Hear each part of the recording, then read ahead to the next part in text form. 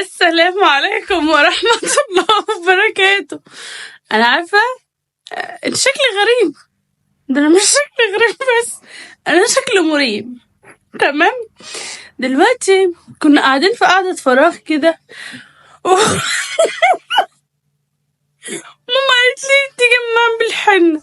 قلت لها أنا شفت ناس بتحط الحنة على حواجبها يا ماما، فتيجي ايه هاتي كده اما احط حنة على حاجة. قالت لي لا استني، انت مش هتعرفي تظبطيها، انا اللي هعملك الحنة. فخليتها تعمل لي الحنة. انا بصور لكم من اوضة الكراكيب لانها اهدى مكان في الشقة مش في العالم. فقلت لها ايه طيب يا ماما خلاص حنيلي انا واثقة فيكي. طب خليني ابص في المراية. مش عارفة خليني ابص في المراية. رفعت التليفون اصل ايه عمالة بتكحت وترجع تحط تاني وتكحت وتحط تاني. فلو انت بتعملي ايه في الاخر طلع العيب مش في امي، لا العيب ان انا عندي شعر كتير في حواجبي. العيب ان حواجبي هي اللي تخينة مش في ايدها لا ولا في الحن. فاحنا دلوقتي حسام ما شافش النيولوك كده، فانا حاسه يعني هو المنظر. عارفين الراجل اللي بيطلع لكم في حلم رعب كده وبيفضل يجري وراكوا طول الحلم؟ انا حاسه ان انا زي الراجل ده. فحسام نايم جوه، فانا قررت كملنا قرارات مهمه جدا. انا مش عارفه الف الطرحه كويس عشان خايفه البس الدنيا عشان ابقى مربوصه. انا خلاص استودعت حواجبي عند ربنا، مش مشكله وقعت يلا الحمد لله. نعم. دلوقتي انا شكلي زي الراجل اللي بيطلع في الاحلام الرعب، الكوابيس اللي بتطلع لكم كوابيس انا ناسي اسمها والله، فبقول احلام رعب. حاسه انا ببص لنفسي في المرايه مش قادره اوصف لكم المنظر. تعالوا كده. حقيقي الحواجب ليها عامل في الشكل رهيب. فانا لبست العباية السوداء والطرحه السوداء وعملت حواجب سوداء وحسام نايم. فانا هدخل اشوف رد فعل حسام على المنظر ده. تعالوا نصحيه ونعمل له عو ونشوف رد فعله هيكون ايه. تعالوا دلوقتي احنا نخش على حسام. انا هحاول افتح الباب بالراحه عشان خاطر حسام بيصحى من اقل صوت، فانا هفتح الباب بالراحه.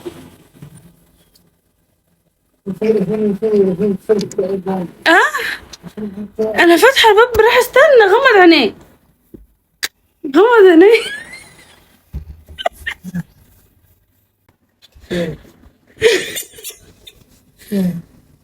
استنى قوم حسام كده.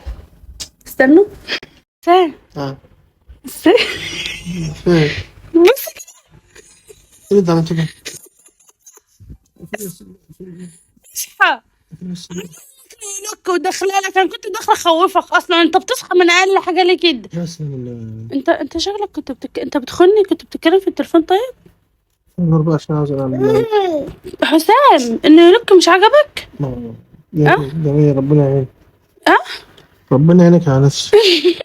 بس النور بقى حسام اصحى قول لي رايك.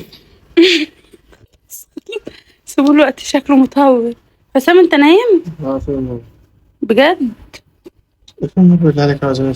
حاولت افاجئه بس ما اتفاجئش. انا فتحت الباب براحه جدا ما عملش اي صوت، دخلت لقيته صاحي. تقريبا هو كان بيخوني وبيتكلم في التليفون او حاجه زي مش عارفه كده. يا جماعه قولوا لي انتوا ايه رايكم في النيولوك. متنسوش بقى تعملوا لي لايك كده على النيولوك الجميل ده، وتقولوا لي ايه القمر ده منوشه وايه الحواجب اللي تجنن، واستنوا النتيجه النهائيه. انا امي بتلعب يا جماعه قسما بالله امي بتلعب.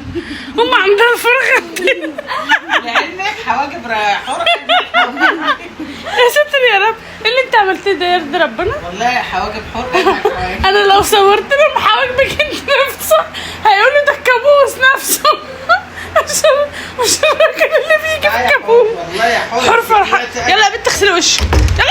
يلا يا بنت اغسلي وشك.